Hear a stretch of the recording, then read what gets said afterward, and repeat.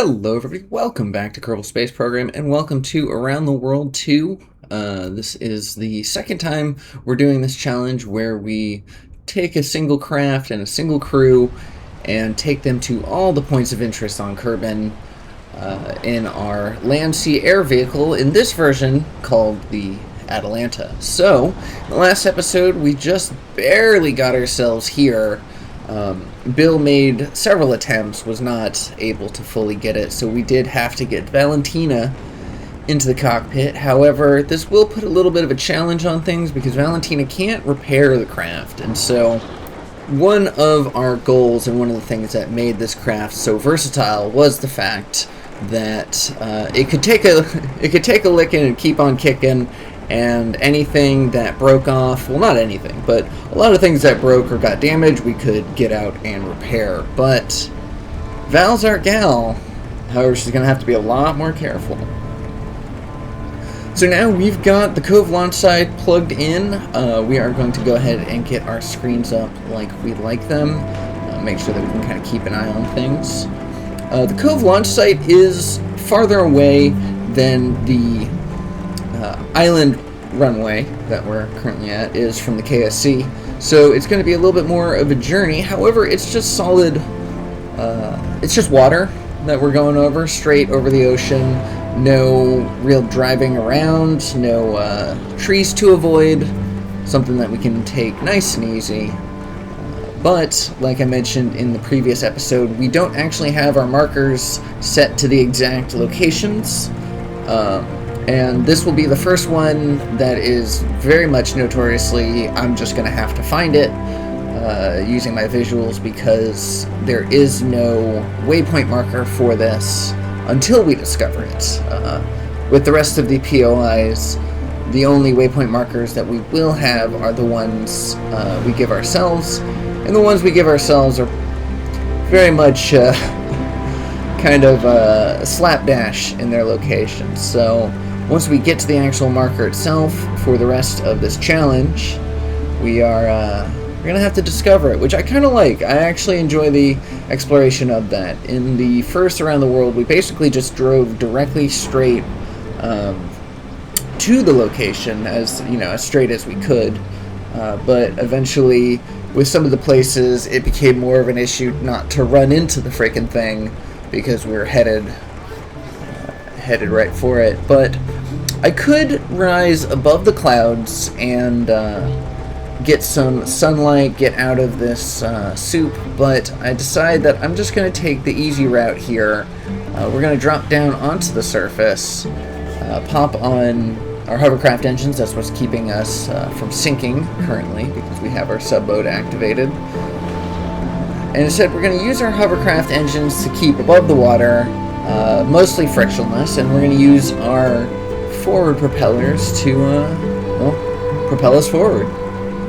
If we can get our thrust down, as you can see there, we've got a low thrust to weight, but if we can get our thrust down low enough, we can power our rotors on the RTGs alone, meaning that even though we get absolutely no electricity from our solar panels due to the cloud coverage and due to the mod that makes it so that's the case,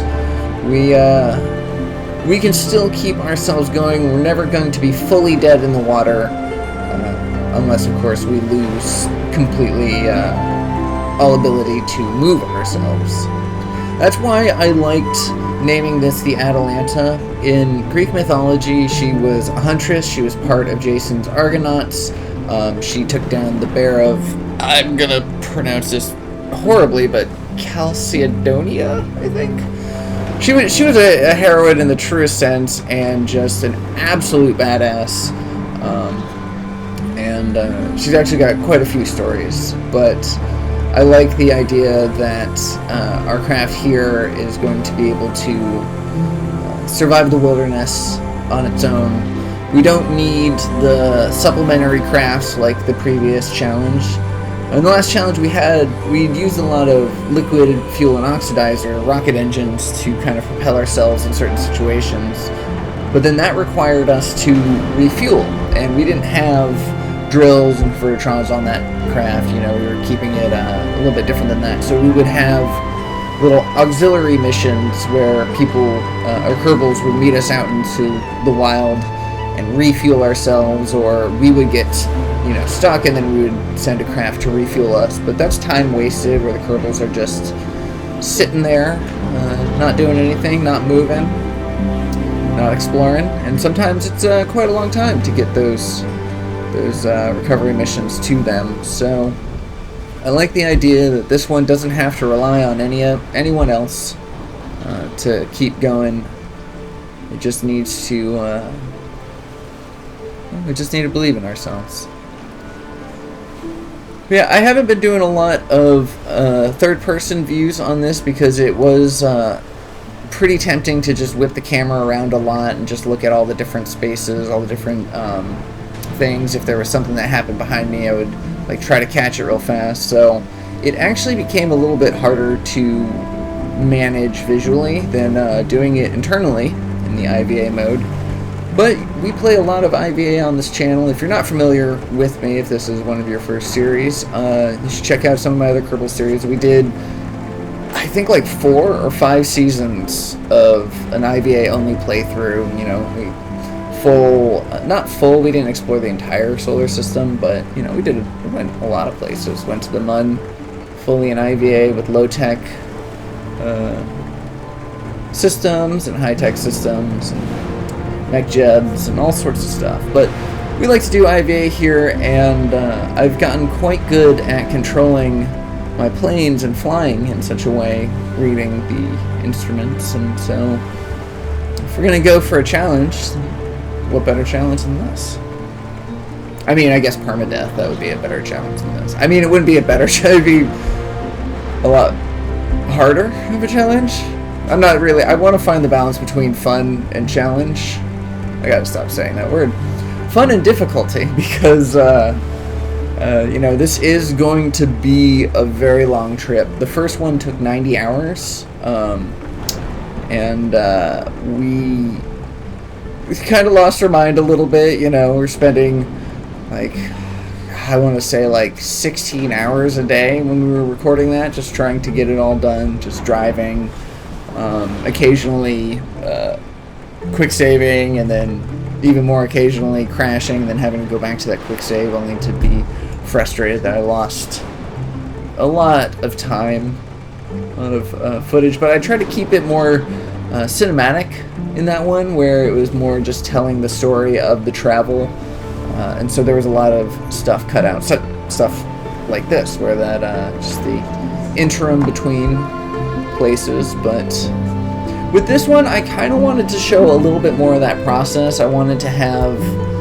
since I'm going to be doing it in an episodic way, I wanted to kind of focus on the journey rather than each of the destinations, to show, like, oh, hey, we did arrive here, but show all the bits and pieces that comes in between. Because there was a lot of fun that I had in the initial one, and I'm actually having a lot of fun with this one as well, because there's little bits in between, little things that you see, little events where it's not exactly necessary for a cinematic view, you know, but can really add to the ambiance of things when you're in here.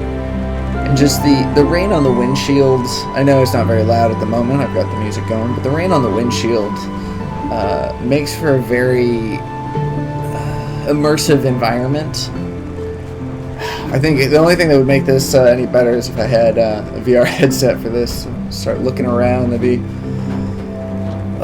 be wonderful with these volumetric clouds, the space potatoes, volumetric enhancements, all the different parallax configurations. Everything is making this game feel so much more next gen than a game from 2011, which this is. It's hard to think that this game came out, like, what, 15 years ago? This just goes to show the power of the modding community, and, you know, almost any modding community for that matter. But what they can do when people are dedicated and care. But anyways, we're coming up on land here. I went off and got myself some coffee during that super sped up part just a moment ago. And when I came back, I was thankful I didn't crash into the land. I didn't take longer than I had, because that would have been good. We might not have completely crashed because of the slope of the hill, and we have our hovercraft engines on. We have our propeller going, so we probably would have just jumped that hill right there. But the landing, that's the kicker.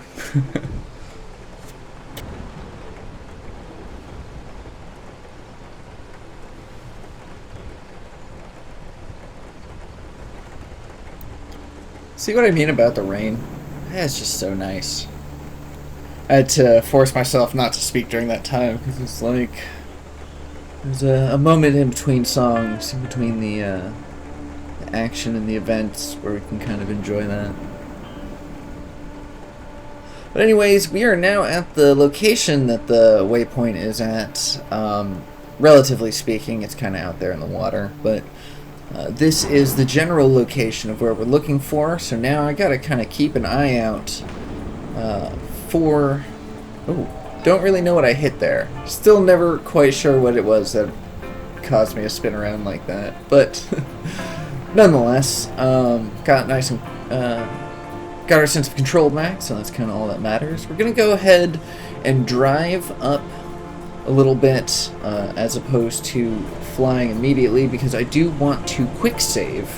I have not quick saved this entire time, so if something were to happen, if the computer were to crash, or if I were to just flip over right now and just destroy myself, the entirety of what we just did would have been undone, and I would have been very frustrated.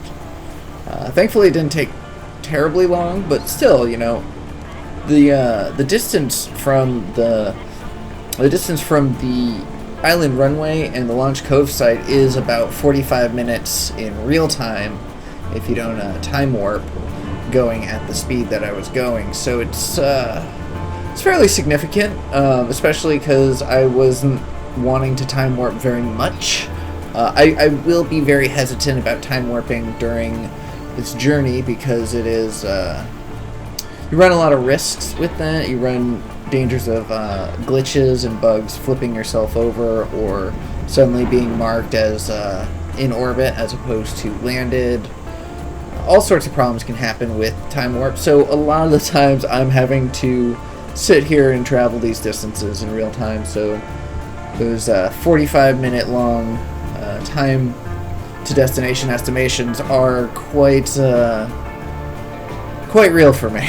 That's why I try to speed up the footage a little bit, and why my previous version took 90 hours for me, and I managed to somehow squeeze that into a 2.5-hour video. But you know, this one's gonna end up being so much more, and when we get done with it, I may actually make, you know, like a little highlights reel, or try to turn it cinematic, or do something with it. But for now, thanks for coming along this journey. It's episode 2, so if you're here watching in real time, you know, hope you enjoy our journey. Stick around.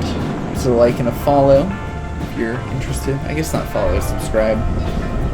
Anyways, and you know, if you're watching this after the fact, if you caught the playlist, if this is starting the series, if it's already done, you know, hopefully I haven't gone completely insane from the travel, because that is one of the rules. So you can't go, you have to have fun, can't go crazy. But yeah, let me know if I finish. Let me know in the future, from the past, in the present, that we won. Because I'm still curious on how this is gonna go. Obviously, this is quite the undertaking. There's about 20 POIs, 21, I think. I do think we added an extra one in the original map, because the highest peak on Kerbin technically isn't on the KerbNet, so it's not technically an in-game POI, but it is interesting to know. Should I go to the deepest space on Kerbin? I didn't even think of that. Holy crap. Okay, so we might have to adjust. I'm going to think about that, actually, because we go, one of the spots, after we get out of the North Pole, is we go to the highest point on Kerbin, the highest peak. but we have submersible capabilities, so we could technically go to the lowest as well, the deepest trench, the bottom of the world. I'll have to think about that. I'll have to first find out where that is. But there's a chance that it will be on the way to one of our stops. So, anyways, I'm getting ahead of myself. We are now up in the air again, as you can see, and the thing with the island or the Cove Launch site is it is on the coast. So thankfully, we do have at least a little frame of reference for that. And as we peek over into off the right side of the screen, we can kind of see that we are indeed there. We're not close enough to really count it, so we are going to have to go ahead and get there. And I do think I want to land. In the first challenge, we did a lot of flybys where it's like, oh, we got to the POI, let's get close, let's get eyes on it, and then, you know, let's just keep going. But in this one, since it is a lot more exploratory, since it is very much IVA, we are going to make that effort to actually get there, stop, and, you know, kind of appreciate the journey, and, well, appreciate the destination at that point. I'm going to go ahead and pretend like I meant to land here, and absolutely was not just a situation where I was kind of just going with where the wind was taking me, because we do actually have the wind mod on here as well, so there was a little bit of side drift, and I'm like, well, landing in the water would be fine. It makes for a little bit softer than landing on the ground, less likely to completely flip over, though I probably should have had my hovercraft engines on. But unfortunately, we had the bug where it limited us to 1 meter per second in the water, which was quite annoying, and I kept expecting us to break the surface a lot sooner than we were, but because of our negative buoyancy, we of course do land, so we have to kind of fight against that. But nonetheless, we're kind of climbing our way out through the thick of it, and then soon we're back on course. I don't exactly know what causes that bug, because these engines have absolutely been able to go like top speeds underwater of like 15 to 20 meters per second, and so there shouldn't be any reason why it's so slow here. And occasionally it doesn't, and it's not always, it's not every single time, so I don't exactly know where the difference lies, if there's something that I do, if I like damage the engine or something. But maybe we'll do some experimenting in the next time I play, because we actually do have episode 3 kind of already in the bag, so it would be episode 4. Just so you know, I will probably be doing a few episodes in advance just to kind of have an idea of where I'm going, how things are working, and if I have enough footage per episode. So if you do make comments, just so you know, it may be 1 or 2 episodes before I actually address it. So if you point out like, hey, you missed this or that, and if it's significant, you know, we can go back. There's no harm in backtracking. I kind of want to explore the world more than I did before. I felt like the first challenge, it was really much just point A to point B to point C to point D. But as you can see here, I think we can have a little bit more fun with that. But anyways, here we are at the Cove Launch site. This is a great place to go in any Kerbal playthrough, even if you just launch a rocket over here and land, because you can take off from the water over there in that launch pad. You can kind of dip yourself into the water really easily. But we are going to go ahead and fix our craft a little bit. I don't like the fact that we can't, well, fix our craft a little bit. We can't get an engineer on board and have Valentina as the pilot. And it's very clear that Valentina needs to be the pilot.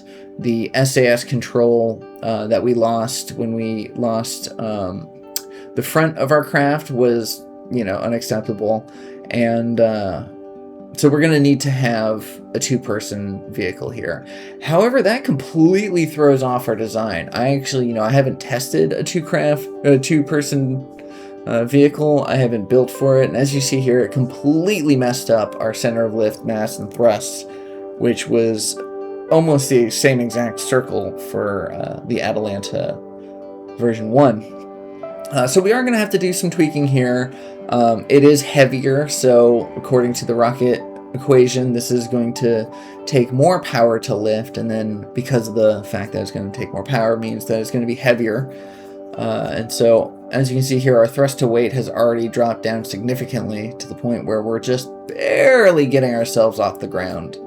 And you saw the Atalanta one; it was maneuverable. It was pretty awesome. So we are going to have to adjust our engines up a little bit to kind of compensate for that. But for now, let's just go ahead and get everything kind of situated back to where it was. I do like the fact that we have a larger solar panel here at the bottom, but once again, that makes it heavier, and so it's always a fine balance. Let's go ahead and get some Kerbals into the cockpit so we can do a quick little test.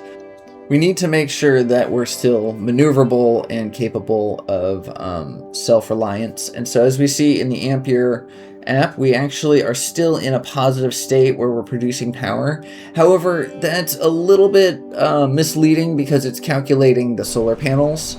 And at a moment like this where their solar panels are going to be getting absolutely no sun, that's not exactly true that we're producing more power than we're using. But the idea is that if we were to flip ourselves upside down, get a full solar charge, or be in ideal conditions, then we would be positively charged. And we've seen that before. We've seen ourselves be able to drop our thrust down enough that we're not actually draining our batteries. Anyway, so we're going to just do a quick little test of the rotors and the lift capabilities, a little bit of the maneuverability as well. We're also going to want to make sure that we can take off with a stable ability. Something like this is important to have. How do I put this? We need to be able to get ourselves out of some really crappy situations at times. I've been in the first challenge. There were a lot of situations where something came up very suddenly and I had to deal with it. Like, I'm just traveling along flatland and then suddenly I fall off a cliff that I didn't even see was there. And so at that point, if we can't get our engines kicked on, if we can't lift ourselves or prevent ourselves from smacking the ground too quickly, then that is not going to work. So this is fine. I have enough speed to fly pretty well. However, I don't have a lot of lifting area, so we're going to go ahead and go back to the drawing board and fix that. And it's just a tiny little square wing that I have here, which sufficed when it was just the single cockpit. But now that we have more room, we can afford to give ourselves a little bit more lifting area. But I choose to go for not a lot. You know, I like these little triangular wings, so this is actually kind of more aesthetic than anything. I like the idea of the triangular wings giving ourselves a little more aerodynamics. So rather than extending it too far out in width, because I don't want it to be too wide, we are just going to give ourselves a little bit more area. We are going to need to bring that hot air balloon back a little bit more center mass, because if not, then we are going to be dipping ourselves down, and I would like to use our propellers as a way of controlling ourselves, so if we're dipping down, then we're not going to be able to do that very well. I could be interested in doing a build tutorial on how to make this thing, but I would have to recreate it rather than, you know, go through footage of the initial build process, because I just don't have that initial build process anymore. But anyways, test 2, and I like the takeoff and hover. The VTOL ability of these vertical propellers is satisfactory. I think that's going to suffice. Good enough size. So let's go ahead and test out our horizontal capabilities, and this thing can pick up speed very quickly. However, it always has a little bit of a challenge lifting up, trying to take off like a plane, and so I should be a little more aware of that and not try to force that, but it was good to see that it still had a little bit of lift control. And here it's, you know, not the easiest to control, and going full throttle is not the best idea, but having only the back engine isn't terrible. We can still deal with that. That's one thing that I love about this craft, and why I did so many of those unpowered landing videos that I did, which were actually a lot of fun. I kind of needed to just stop doing those because I was just doing so many. I'm like, I just need to actually fly the freaking thing now. But the reason why I liked doing the unpowered landing videos was because it showed just how much of a beating this thing could take and still keep going. Like, you know, it could fly on just one engine. It could fly without the entire back half of its craft. Sometimes it could fly even without its wing. So, yeah, I was pretty happy with that. And if the idea is that we completely lose power entirely from a altitude of like 20,000 feet, 30,000 feet, in a hurricane, we can just land with absolutely no engine, just off our lift and our SAS alone. Not actually, I think some of the times we didn't have SAS either, but yeah, just this thing got put through the ringer, and I'm so freaking happy with it. I obviously I didn't test it in every condition. I didn't go all the way around the map to make sure that it could work in every single biome. I'm kind of nervous about the desert, just because of how many freaking cacti there are there, which will definitely interfere. But I mean, we'll cross that bridge when we get there. But and that bridge is practically at the end of our journey, so yeah, that's gonna be interesting. That's gonna definitely be one of the more challenging parts of this, is because in the previous challenge, the cacti didn't have any collision. Nothing did. The trees didn't have collision. The cacti didn't. Big rocks did, but other than that, like those palm trees didn't. Nothing could destroy us except for the ground and our own hubris. And now we actually have to avoid those obstacles and learn to maneuver and learn to be adaptable and to fly a little better. And to remember not to let our batteries die, because we have a perfectly acceptable capacitor that can refill ourselves with no problem. But this thing is looking like it is ready. The Atalanta 2, it's good to go. I do want to test it underwater just ever so slightly because of the fact that it can be a little tricky. But by not having action groups tied up with ballast, it gave me the ability to do things like this. Whenever you see that green light going, you can be assured that our front and back engines are now pushing in reverse. So it's essentially acting like an air brake, but, you know, a powered air brake at that. So, once again, I'm only going 1 meters per second, so I'm like, do I have input locks on here? Is there anything that's preventing me that I can kind of adjust and fix? But no, this is just, you know, this is just how it is. So, I thought for a second that maybe it was the electrical charge, but even with the capacitor discharged into it, there was nothing that we can do there. So now that we've got Valentina and Bill in the same craft, I think we're going to be a lot more capable.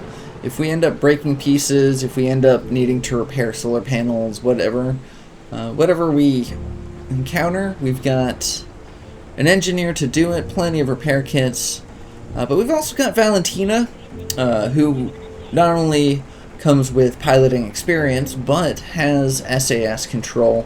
We got rid of the probe core on the front, which means that Valentina is the only one that will be having the SAS. That's what was controlling it before when Bill was the only pilot.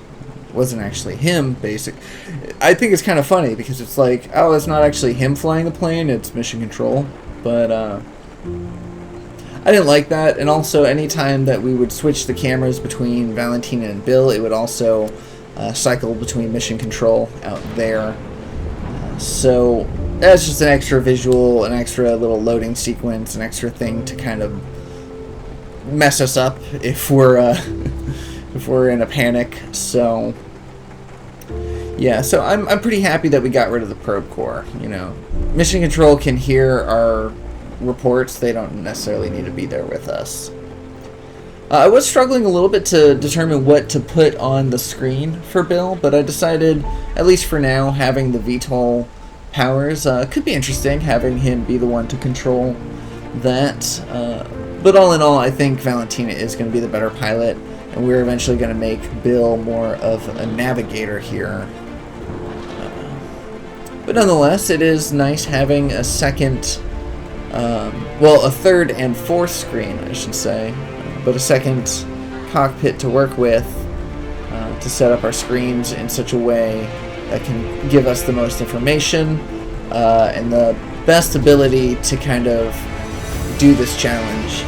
Because it's going to be huge. The terrain is a big factor of what I had to deal with when I was doing the initial challenge. And even though this is very much a plane, you know, it's a VTOL, it can go above the clouds and fly for a long time. We've got a hot air balloon which can traverse a whole bunch of land and just please don't hit the tree. You know, Bill, this is why we don't put you in charge. You're not supposed to aim directly at the tree. Thank you. But yeah, the maps that we make, the ScanStat that we did is going to be huge. The elevation and the terrain can alter the course of our journey, and if we make a left at Albuquerque when we should have made a right, we could be very unhappy with that journey. Oh, but what I was talking about with the hot air balloon and the plane is the fact of, like, yeah, we can just fly our way there, but that's kind of what I didn't want with a VTOL, is I wanted that experience of land travel, but then because of the fact that the terrain is so difficult and the trees now have collision, we've got to be careful and we can't just plow our way through them as if they don't matter. And so just like that, we are back up into the sky. However, we're kind of getting out of the storm now. It's a lot brighter. We actually have some sunlight, and if we look in the right direction, we'll actually get some sun exposure on our solar panels, which will help us not run out of energy several thousand feet above the surface. But that's what our capacitor is there for, so, you know, it's one of those things that if we run out of electricity, all we need to do is wait till we're at a low enough spot, fill up our batteries, kick on our engines again, and go. So a lot of the skill that's going to be necessary here in this challenge is actually going to be my own skill, my own piloting abilities, my foresight and forethought to prepare for the journey and to kind of adapt to certain situations. And right now, there were a lot of trees in that area. I didn't feel like completely driving through the land, and now that we're out of the storm, I figured we can take advantage of that solar power charge. However, even with our solar panels kind of pointed more towards the sun, it is really difficult to get ourselves up there with a positive charge. So we are going to have to gain some height and then deal with a low thrust to weight ratio for a little bit, but it is absolutely worth it to get this bird's eye view of the area. Leaving that coast behind, heading more towards the mountains, so we'll be able to fly up here for a little bit. As you see, I'm kind of lowering the throttle, but I am now in a solar positive state,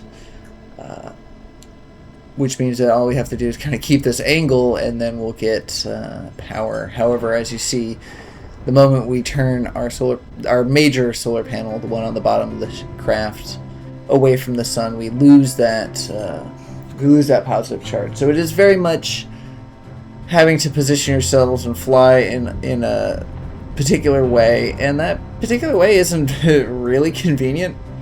Flying upside down like this is not ideal, but you know, this is what we're going to deal with for now, and what we're going to you know, just how we have to live. But go ahead and get our reserves up here so I can kind of keep an eye on how much electricity we have stored up, since I've already used the capacitor once. It will recharge, but it does take a little bit of time, so I can't just rely on that every single time I run out of battery. And if I'm not taking the effort to recharge it by turning my solar panels over, or by not having my throttle on, then we are going to be quite disappointed.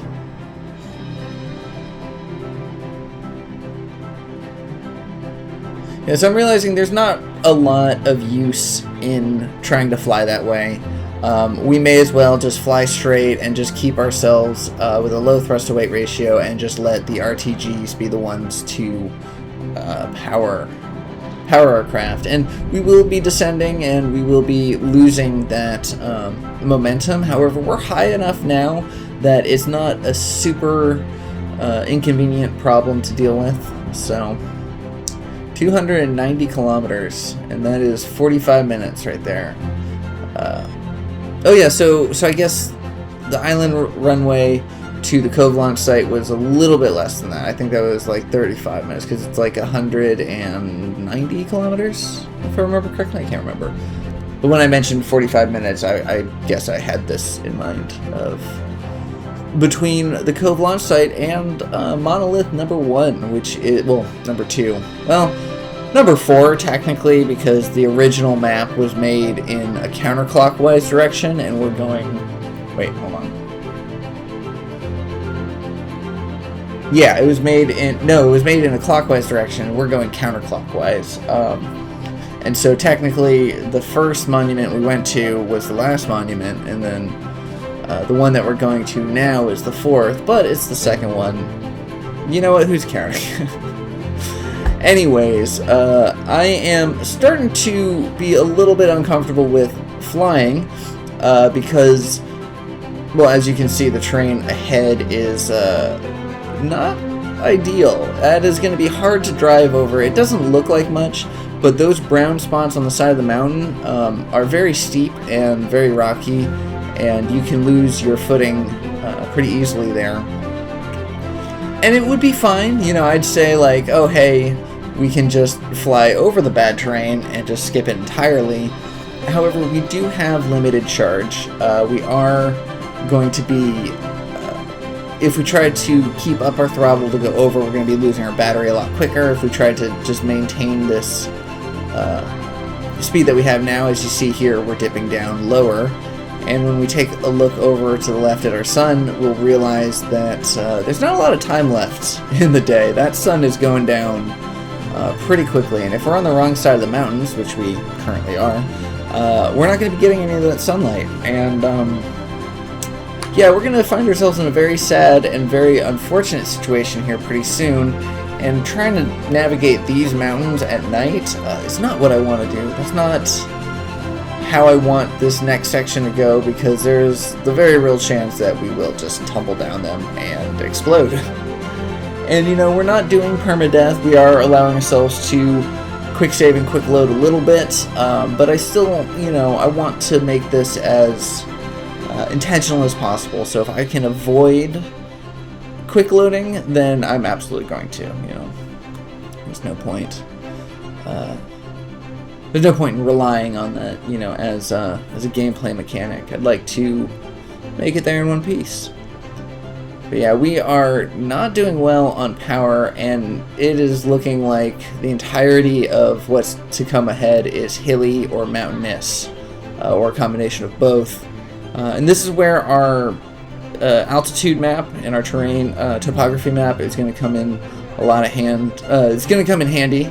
It's the one that I'm loading up down there. As you can see, the lighter the color, the higher the elevation.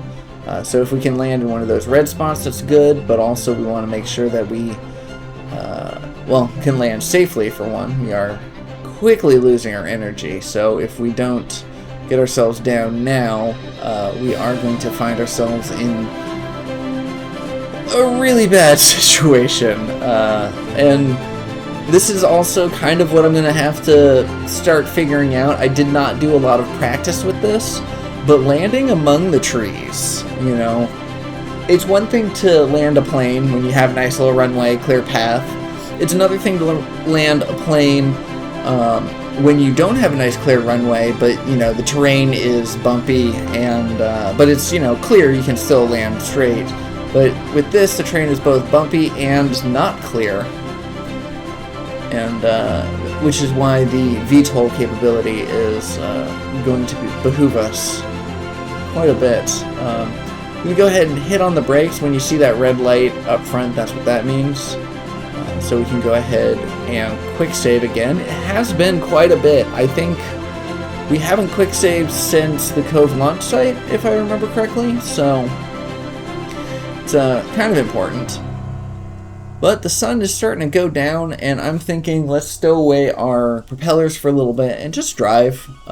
We can gain back a lot of our electricity that way, because it doesn't actually take a lot to drive using our wheels.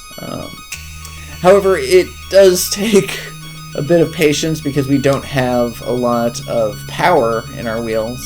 So I am going to just open up our propellers yet again and use our primary mode of propulsion to make up some speed. So this is where, a lot of the danger starts coming in, where you can start flipping around or hit something with way too much momentum.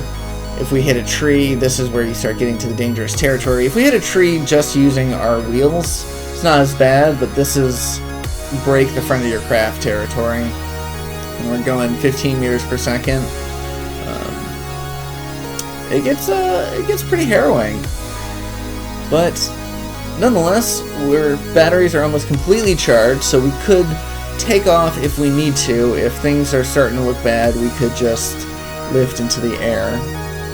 We're going to try to save that for when it's necessary. The whole point of a land, sea, air vehicle is to, occasionally be on land.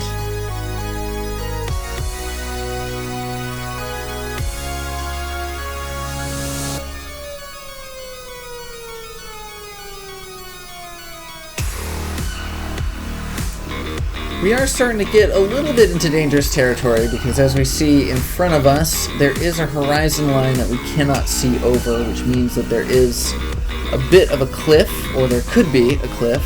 I'm trying to stop the craft. I'm trying to get ourselves to slow down enough so I could quick save, but I end up panicking and tapping on the keys enough to push ourselves forward, even though we had the brake on. And so now I am actually at the precipice. I'm over the top of that little cliff. Thankfully, there was no brown ground underneath us, so we can go ahead and stop ourselves. However, the angle of the hill that we're on is not great, and you can't quick save while moving over the surface, and despite our brakes being on, it's just not stopping our momentum. So we are going to have to use a little bit of our power in that reverse thrust. As you see there, the green light is on. To kind of keep ourselves still. We can't even rely on our brakes right now. But that being said, we can just go ahead and start to take off. We're going to use our reverse engines on our forward propellers to kind of act as our air brakes. We're going to use the reverse engines on our vertical propellers if we need to kind of point ourselves down. But thankfully we don't actually need to do that. That will be a good tip, or a good trick to keep ourselves stuck to the ground if necessary. If it calls for it, where we need to just really be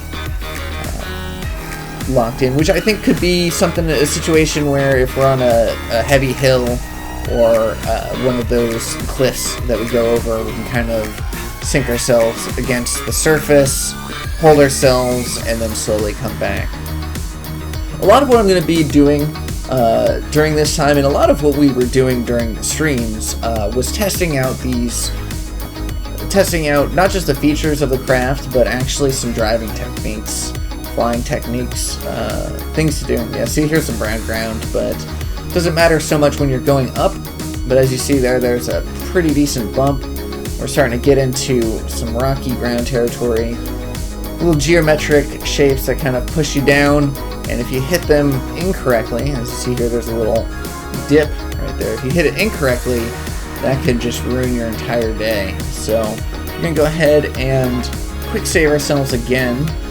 Unfortunately, we can't do it with our gears stowed, so we are going to have to kind of lift ourselves up and do the whole braking situation again. But we get ourselves a quick save, which is going to be important because once again we can see that there is a cliff in front of us, and given the fact that we can kind of see a little bit more of the background behind it, makes me think that it will actually be a precipice for us to have to cross. We may even have to fly.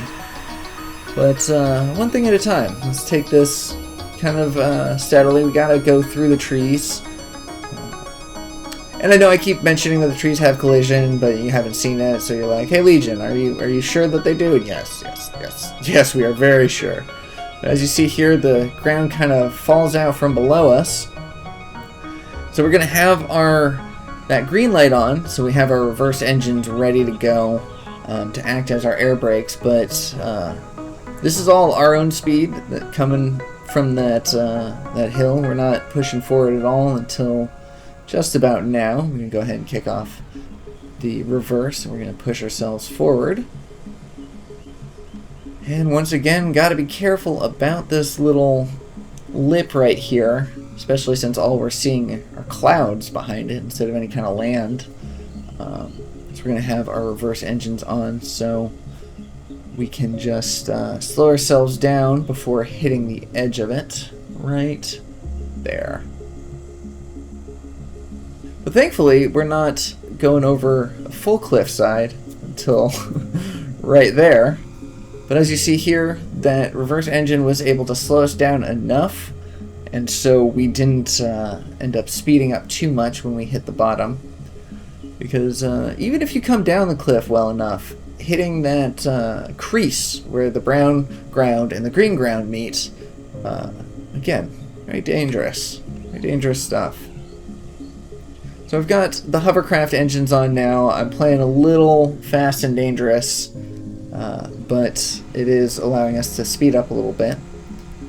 But I am now starting to feel uncomfortable enough with where we're at that I'm going to go ahead and fly for a bit.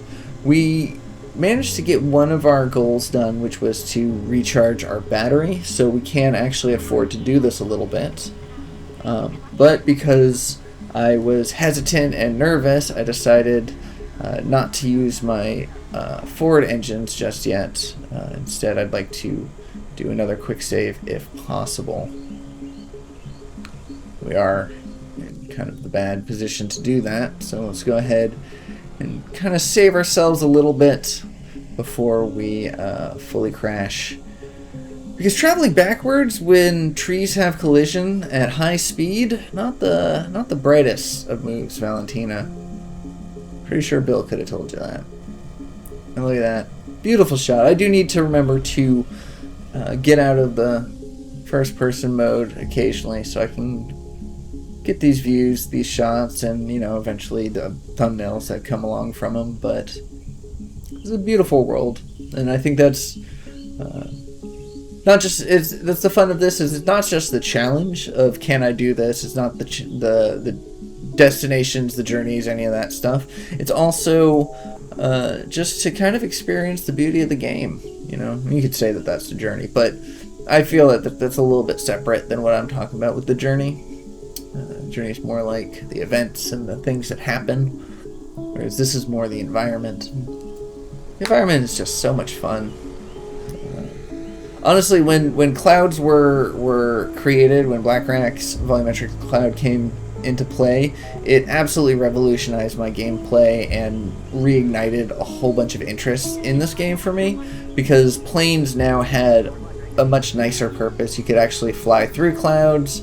There was distinctions between areas. There was things to look at, kind of, instead of the flat blue sky. So honestly, getting the volumetric clouds was probably the best decision that I made with Kerbal this entire time. Well, maybe upgrading my hardware, but then clouds. After that was clouds. But yeah, we've got only a little bit more to go in today's episode. We want to cross that distance. We still have 233 kilometers. We actually didn't make it as far as you would have imagined. We went from 290 to 233, but maybe it was actually a little bit more than 290. But nonetheless, we are pointed in the right direction. We're on our way. Once again, going back downhill, but it looks like the terrain ahead is less mountainous. It's hilly, but it's less mountainous, which is good, because mountains are basically the place where you get those brown patches that will mess you up completely. But we have enough battery. Like I mentioned, I want to cross a little bit more distance, and I'm looking at the map, and a lot of it is yellow. So, oh, I guess I had the colors backwards when I mentioned the map earlier. It wasn't red that was the low spot, so it was the yellow. Regardless, we have good terrain ahead, so I can feel a little more comfortable if we have to do an emergency landing, which is why I'm lifting a little bit higher to gain that ground a little bit faster. Also, if we can take advantage of the final bits of sunlight, that'd be great, but given the angle that it's at, given the cloud coverage that's in the way, we're not going to be getting a lot. I like this song. It's very ominous. It's dark. I believe it's called Landing on the Ground by Yakil Raz. I think I might be butchering that name. I apologize. All the songs are from Artlist, which is, not sponsored, but that is a great service. If you're a YouTuber, it's absolutely worth it to get a decent set of music. I do rely on a lot of the same songs, which I should probably take another look and expand my library a little bit. But there's a lot there, and there's a lot of free stuff in the YouTube studio. But just an FYI, it's been a great service, so I'll speak highly of it. And, again, not sponsored or anything. I'm just happy with it. Happy with the service. But we have practically no battery left. We don't have a lot in our capacitor, but we can possibly make a last-minute save if we need to. But other than that, we are going to be coming down pretty soon. But thankfully, looks pretty flat up there. There are some mountainous bits, there's a little bit of brown ground, but all in all, I think I should be able to have a pretty decent landing. We're going to kick off our forward thrusters because they actually take more electricity than the vertical thrusters. So, in a pinch, we can switch them. And this is, like I mentioned, these are the things that I learned during our streams, during the test flights and all that stuff, during the, stress tests of flying it through a hurricane, unpowered, without visuals, and all sorts of stuff, is to learn these little skills, learn when to call it, when to start heading down as opposed to when to keep going forward, what kind of battery we need to get out of certain situations. It's all important. If you're going to do something like this, if you're going to attempt this challenge, which I highly recommend it, it's actually a lot of fun. Definitely try to prepare for any available. This sounds like obvious advice, but try to prepare for any possible event, and like something like this where there's no sunlight, almost out of battery, and we need to land amongst a big field of trees, and do so carefully. It's an interesting challenge. So once again, I'm only using my vertical engines, which allows us to come down a lot more calmly, but I still have forward momentum, so this is still dangerous. It's just one of those slow motion train wrecks, slow motion disasters. Thankfully, there's a nice little clear patch right here where I can kind of head forward without too much fear. However, the ground is not ideal. We're going to go ahead and kick on our forward throttle, but with our reverse engines on, to kind of help slow us down. We're going to bring ourselves into a brake and quick save. It's an important habit to do, especially after covering a decent amount of land in the plane. And yeah, but I'm pretty excited. Even though it's nighttime, I will still be traveling, because that's one of the benefits that we have from this craft as opposed to the previous one of, Around the World Challenge 1, is that we can travel at night. We have lights to do so. We've got battery power. Our craft is a lot more maneuverable than the previous one, so suddenly coming up across a barrier or an obstacle or something won't prevent us as much. And because of the fact that the trees have collision, I'm less likely to go full force, full throttle down a hill and just keep going, because I need to make sure not to hit those, obviously. But the benefit of that means that I'm not also going to be hitting the terrain at full force and flipping myself over, over and over again. And that's going to be important. You don't want to just spend, 5-10 minutes trying to flip your craft over, only to fall over again, and then break your engines, and then have to send a replacement craft or quick save or anything like that. So we're going to be better than the Around the World Challenge 1, and we're not going to do that. Absolutely not. I've been playing around with some skyboxes, but I'm not sure if it's a skybox or if it's one of the other mods that's affecting it. But I would love to get more stars out here. Kind of like the idea of the country life, where you can just see entire, solar systems and galaxies out. Well, not entire solar systems, but you can see the constellations, the galaxies, all that. I would love to have that while we're traveling through at night, because we're going to be doing a lot more night travel like this, because it's safe. Big ol' asterisks on that, safe, of course, but yeah. So we are hitting some weird geometry, as you see here.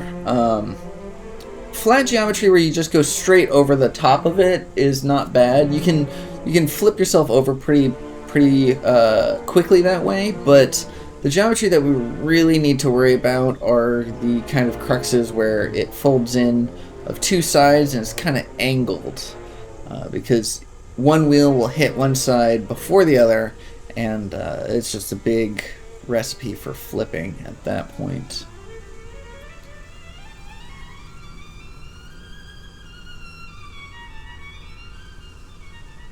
And of course, losing control of your craft, going too far and fast down a hill, is also another thing to watch out for.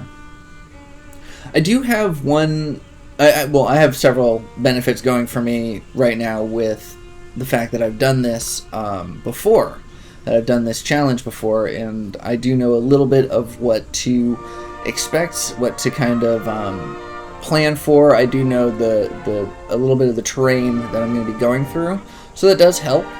If you do want to do this challenge, I recommend. Okay, if you want to do this challenge and you don't mind spoilers, I recommend checking out my video, Around the World in 90 Hours, something like that. I'll put a link in the bottom.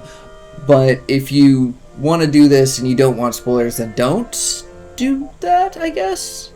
If you want to join along, watch this. That's obviously a lot less of a spoiler if you're watching in the moment. But yeah, because of the fact that that singular video goes and it shows you all of the different POIs and stuff. If you want to do this on your own, I kind of recommend, at the cost of my own viewership, I kind of recommend don't watch it, explore it for yourself, but maybe come here and tell me how you're doing at least. I would love to know if you are doing one of these challenges, even if it's not on Kerbin, if you're doing kind of like a around the world POI looking thing, or POI investigation kind of thing, then let me know. If you have videos, definitely tag me. I'd love to see it. Yeah, just imagine how beautiful that would be with all those stars. Alright, so we're going to keep pushing. I go ahead and speed up the craft. We're starting to go a little bit faster. 24 meters per second is nothing to sneeze at. And when you're not paying attention, it becomes much more significant. You see this little fold right there? Bam. That's all it took. Just a little bit of a dip down on one side, a little bit of a raise up on the other, and it makes you a corkscrew. So, unfortunately, that's kind of where we're at. But we're going to go ahead and save. We only damaged the wheels. We didn't actually break them. So we can fix them. But we're going to go ahead and just take a quick little peek outside to just get a little visual inspection on them. And yeah, they're all still working. So we're not going to quick save, or we're not going to quick load or do anything like that. We're just going to go ahead and try to flip ourselves over. But need to make sure that we can control it. Don't end up flipping ourselves too much and breaking it. So let's go ahead and lift ourselves, and nope, flip too much. And thankfully we didn't break it, but definitely out of control here. Once again, we don't have too much damage, nothing important anyways, so we can go ahead and feel good. Just a little bit more damage to one of the wheels, but you know, if it's still kicking, then there's no problem. So let's go ahead and lift ourselves a little bit more carefully if we can.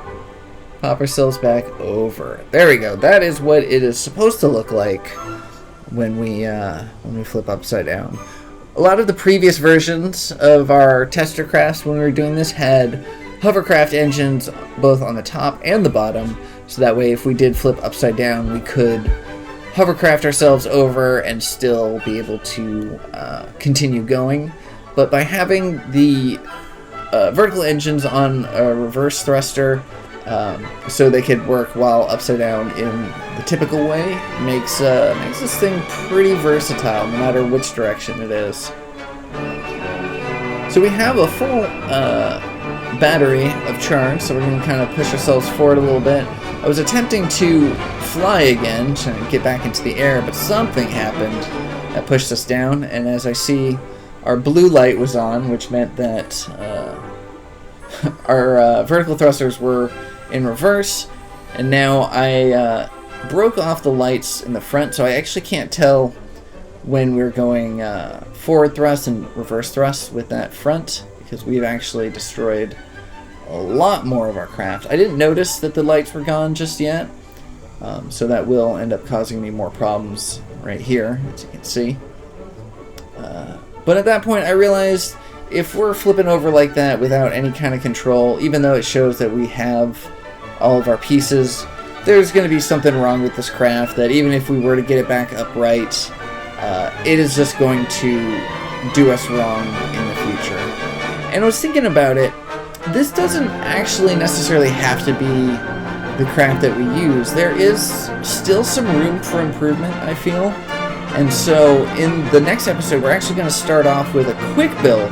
I do change around the craft just a little bit, but I think it's pretty dang good. I think we got it in the bag now. But yeah, this is we're on two legs now, but our wheels are so destroyed. We have so many different problems with our craft that it's just going to be a better idea to rebuild and send it. But because our rules are the way that they are, we have to rebuild it at the Cove Launch site. We can't actually just rebuild it and then cheat it over here. We can't, Alt F12 our way.